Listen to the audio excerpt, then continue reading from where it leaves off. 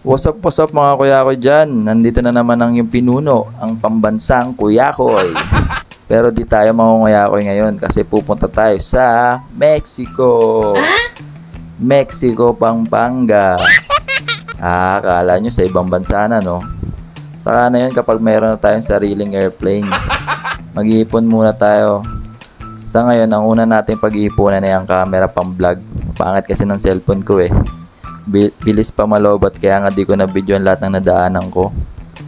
Galing nga pala akong North Caloocan, dun ko kinuha yung i-deliver natin na 2 jackhammer. Pero maliit lang yan. Di yan yung nakikita nyo sa kalsada na malaki. Di kaya ng motor ko yun. Sa mga napapaisip dyan kung gaano kalayo ang North Caloocan to Mexico, Pampanga, ito papakita ko sa inyo.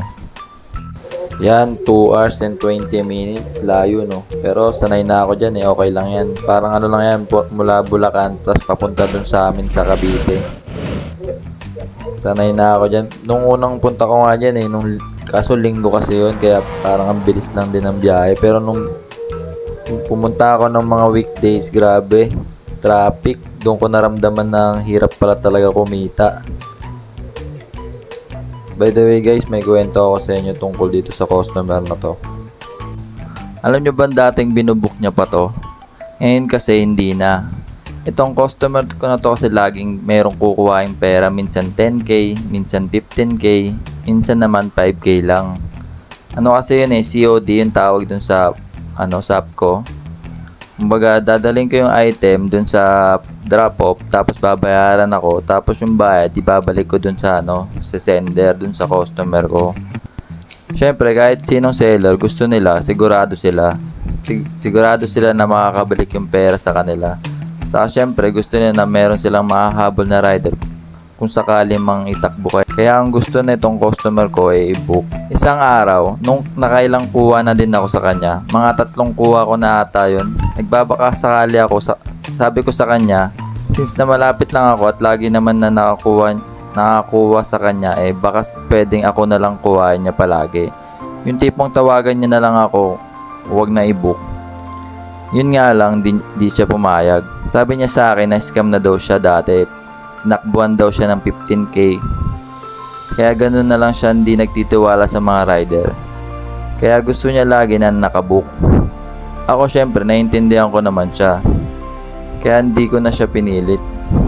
Pero habang tumatagal, dumating yung araw na pagdating ko sa store niya, eh siya na yung nagsabi na ika-cancel niya daw yung book para dagdag daw kita ko. Syempre natuwa ako. Kasi di na ako makakaltasan eh. At syempre natuwa ako dahil may tiwala na siya sa akin. Simula nun lagi niya na akong kinokontak. Di na siya nagbubuk, tumatawag na lang sa akin, minsan text kapag may papadeliver siya. At simula din nun hanggang ngayon eh hindi ko na sinira yung tiwala na binigay niya sa akin. Yun din naman kasi yung gusto nila eh, yung taong mapagkakatiwalaan.